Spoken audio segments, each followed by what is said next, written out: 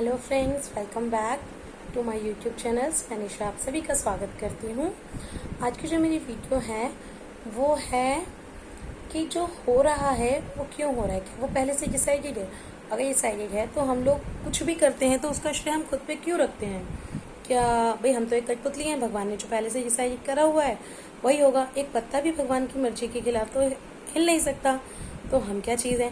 फिर भी हम लोग टेंशन्स लेते हैं कि यार हमने ये गलत कर दिया, हमने ये अच्छा कर दिया, कल क्या होगा। आज ही हम प्लानिंग करते हैं कल के लिए। तो हम ये सब क्यों करते हैं? तो हमें तो टेंशन लेनी नहीं चाहिए, हमें जस्ट प्रेजेंट में जीना चाहिए। ठीक है। तो इसी को हम स्टार्ट करते हैं। सबसे पहले मैं बात करती हूँ एक साइंटिफिक नज़रिए से। जैसे कि आप सभी ने सुना होगा कि पैरेलल यूनिवर्स होता है ना। पैरेलल यूनिवर्स का मतलब है कि कई दुनियाएं हैं जो हमारा प्रेजेंट चल रहा है। इसके अलावा जो हमारा पास्ट बीत चुका है वो कहीं ना कहीं प्रेजेंट है, मतलब किसी और दुनिया में वो अभी प्रेजेंट है। जो हमने कल किया था ना वो किसी दुनिया में प्रेजेंट है, और जो हम कल करने वाले हैं फ्यूचर में तो वो भी कहीं ना कहीं प्रेजेंट है। मतलब वो चीज़ पहले एक बीत चुकी है, कहीं ना कहीं हो चुकी है, और हम भी उसी तरीके से अपनी जिंदगी को आगे चलाएंगे। तो ये तो हो गया एक साइंटिफिक नजरिया जिसके हिसाब से हम कह सकते हैं कि सब कुछ पहले से ही डिसाइडेड है। इसके अलावा अगर हम थोड़ा अध्यात्म की ओर जाते हैं, जिसमें हम ये मानते हैं कि सब कुछ भगवान ने पहले से डिसाइड कर रखा है, तो होना ही क्या है। हम कुछ भी करते क्यों हैं? हम तो कठपुतलियां हैं, हम कुछ क्यों करते हैं? तो अगर हम कुछ नहीं करते, भगवान करवा रहा है हमसे, तो भगवान हमसे बुरे कर्म करवा रहा है, तो उस बुरे कर्म का फल हमारे में बुरा कर्म क्यों लिखा जाता है? जब भगवान ने कराया है तो हमें बुरे कर्म का फल बुरा क्यों मिलता है, या अच्छे कर्म का फल अच्छा क्यों मिलता है? करवाया तो भगवान ने है ना। तो उसका सीन ये आ जाता है कि किसी भी कर्म के पीछे की भावना मायने रखती है। श्री कृष्ण ने गीता में भी यही बताया है कि एक कर्म को उठा लेते हैं, जैसे कि किसी की हत्या करना। वो कर्म, अगर हम किसी बुरे विचार से किसी की हत्या करते हैं तो वो हमारा बुरा कर्म आ जाता है। भावना इंपॉर्टेंट है कि हम किस भावना से क्या कर्म कर रहे हैं। कर्म तो हम वही करेंगे जो ईश्वर ने लिख दिया, और उसके पीछे की भावना तो हमारी है ना। तो अपनी भावनाओं को हमें कंट्रोल करना चाहिए, और उस वक्त सोचना चाहिए, अपनी भावनाओं को देखना चाहिए कि हम कुछ नहीं कर रहे, ये सब भगवान ही करवा रहा है। अब जैसे कि हमने हत्या वाला टॉपिक उठाया था, ठीक है, हत्या वाला कर्म उठाया था। कोई बुरी विचार से किसी की हत्या करता है किसी का धन लूटने के लिए, तो वो बुरा कर्म कहलाता है। अगर वहीं एक सैनिक है जो देश के लिए, देश के लोगों को बचाने के लिए उस बॉर्डर पे लड़ाई कर रहा है और दुश्मनों को मार रहा है, तो वो हत्या नहीं है। उसका विचार अच्छा है, उसका विचार है, उसकी भावना है कि उसे अपने देश की रक्षा करनी है, तो वो उसका बुरे कर्म में काउंट नहीं होगा।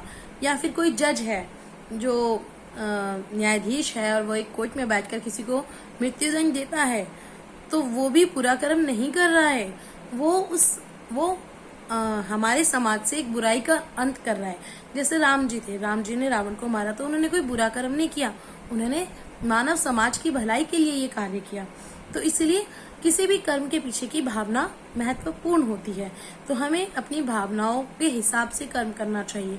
एक तो हमें हमेशा अच्छी भावना रखनी चाहिए, और दूसरा अच्छी भावना के साथ काम करते हुए भी हमें उस अच्छे कर्म को ईश्वर को समर्पित कर देना चाहिए।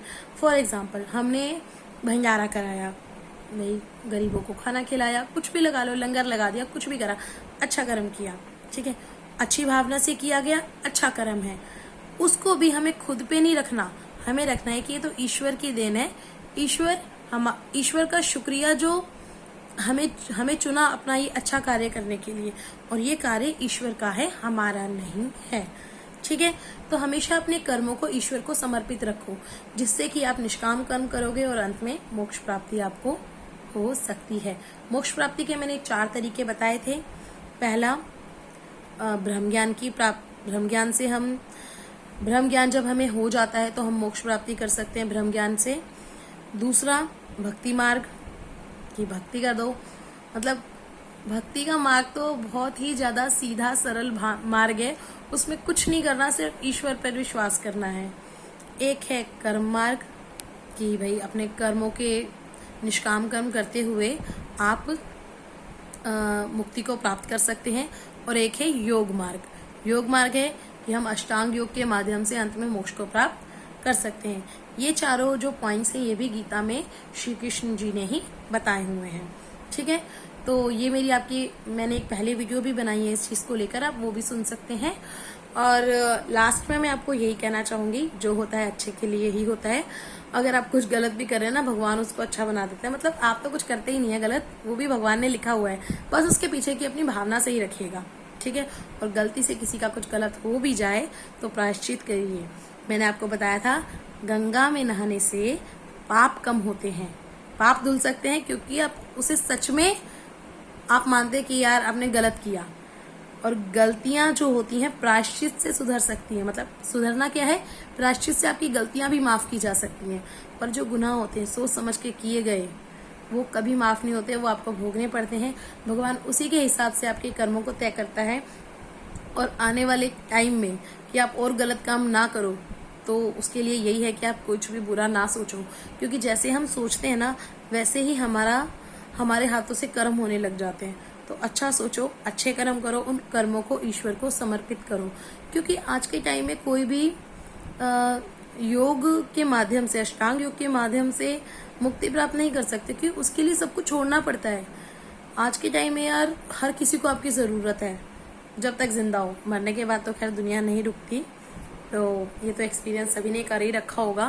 चाहे कितना महत्वपूर्ण से महत्वपूर्ण बंदे की डेथ हो जाए, फिर भी दुनिया नहीं रुकती। तो इसीलिए कोशिश करो कि अच्छे से अच्छा सोचो, अच्छे से अच्छे कर्म करो और उनको ईश्वर को समर्पित कर दो। Thank you. और इसके साथ मैं आपको छोटी सी एक और बात बताना चाहूंगी, वो ये है कि कभी भी आप कुछ भी करते हो ना, तो उसको जस्टिफाई मत करो।